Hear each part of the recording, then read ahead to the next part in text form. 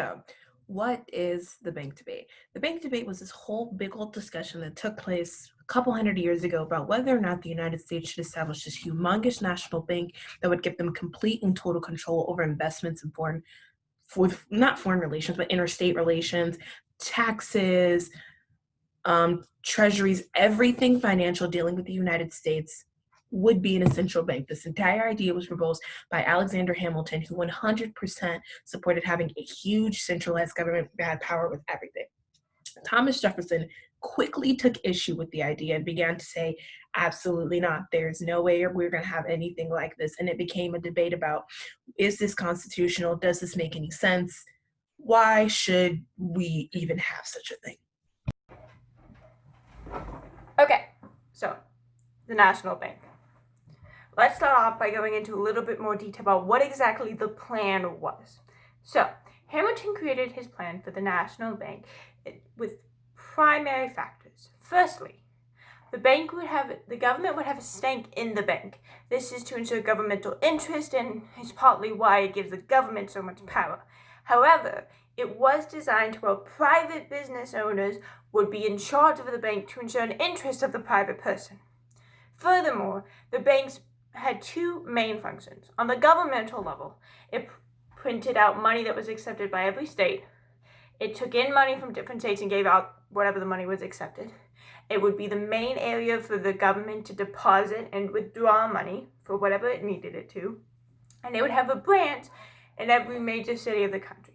This would allow the government to use the bank in order to bring in its taxes, to pay for the military aspect, to do all the things it needed to do to function, right?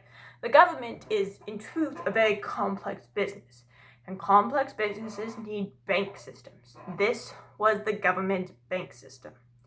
That's the first thing to say. The second part of what this bank does is it promoted private transaction and entrepreneurship.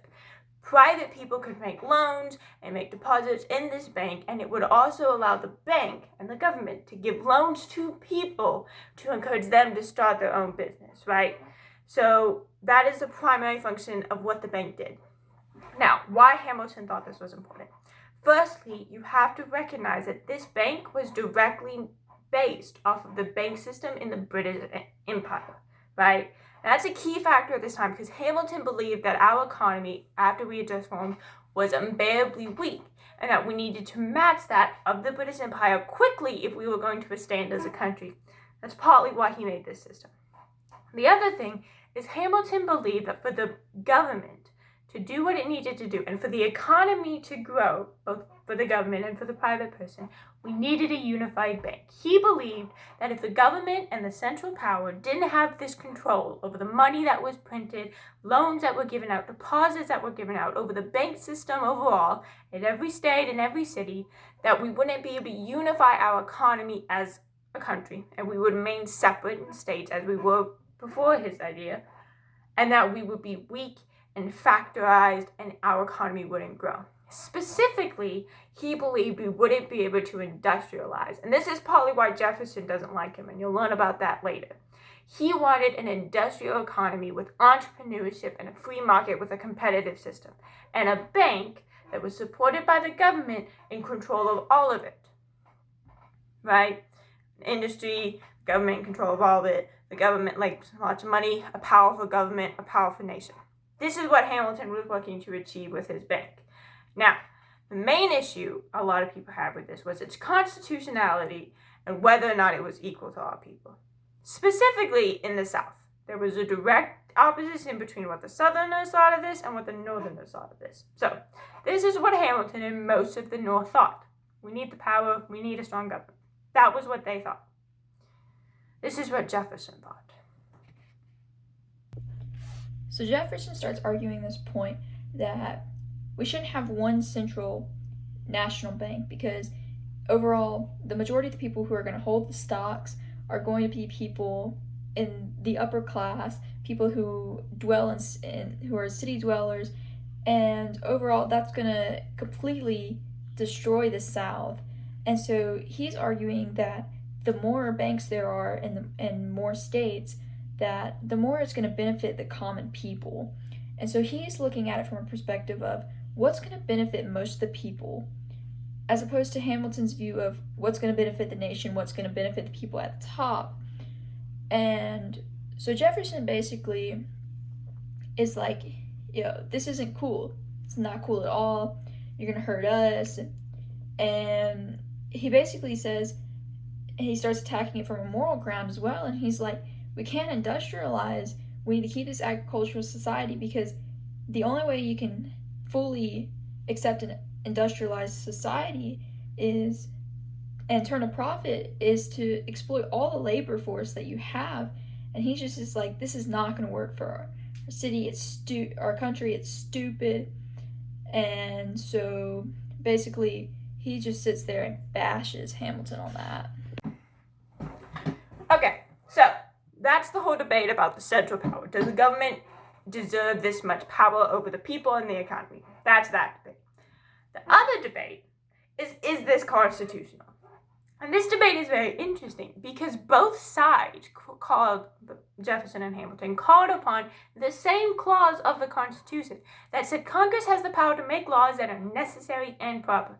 Both of them called on this clause as to why it was or was not constitutional.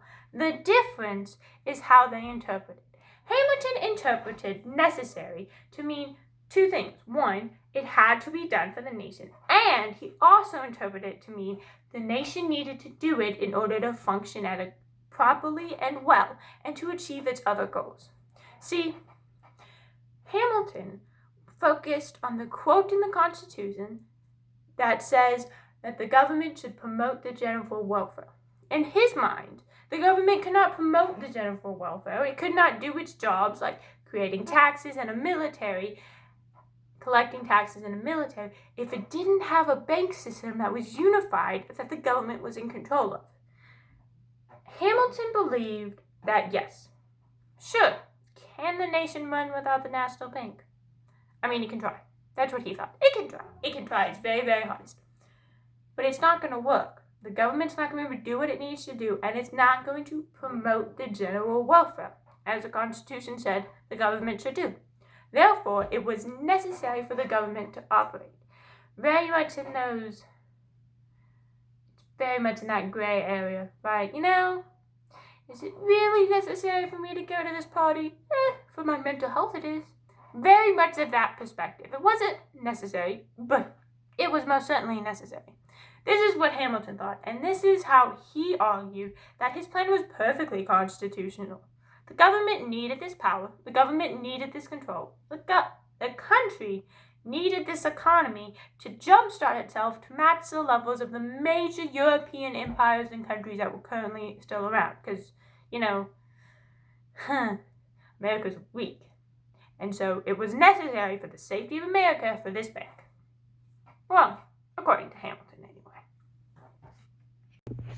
Okay, so when tackling the constitutionality debate, Hamilton and Jefferson basically go back and forth trying to argue their points of view on whether the actual bank itself, the establishment of the bank, would be constitutional. And they're both trying to follow the Constitution as best as possible because that is what has been written as the foundation of our nation. And basically you get James Madison with Jefferson, and they're sitting there kind of as co-partners arguing their side, and James Madison is kind of self-involved. He's like, look at me. He's like, hey, I was one of the main ones writing the Constitution, so I'm cool and great, and like I understand what's happening here, like I understand how to interpret it. And he's just like, listen, I wrote it, so I definitely know what's happening, and I don't think this is constitutional. And so Jefferson kind of sides with him on like, hey, this isn't constitutional. And so he's like, listen, it's not specifically written in the Constitution, so it's not constitutional. And the point that you're arguing about it being a necessary and proper clause, like, nope. Because the necessary and proper clause requires something to be necessary. And we can, as a nation, can function without a national bank. Not necessary and proper. Then, after the debate took this huge, super long, super drawn out discourse amongst all these other random people. It comes down to the president once it's approved in a 39 to 29 votes in the House of Representatives. Once it reaches the president's desk, he obviously has this huge fear. It's like, dude, I don't know what to do with this.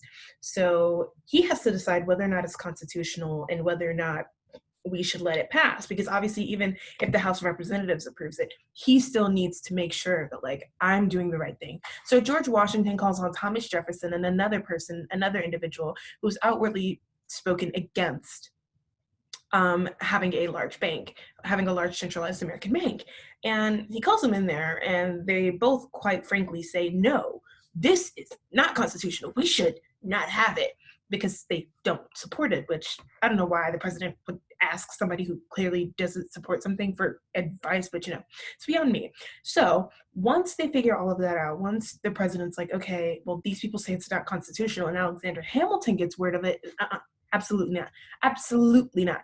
Alexander Hamilton takes it upon himself to write out this whole long, drawn out document, manifesto paper thing about this is constitutional. This is all the reasons why it's constitutional. There's no constitutional violations in this. We should have this.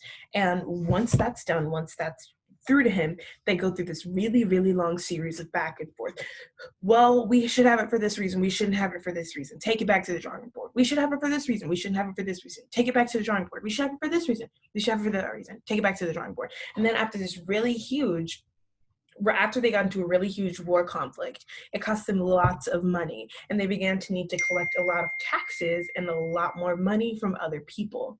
So once they were able to do all of that, they were actually able to put through a national bank because they needed the money. So in the end, Alexander Hamilton essentially got what he wanted. I just can assure you he didn't expect it to take that long.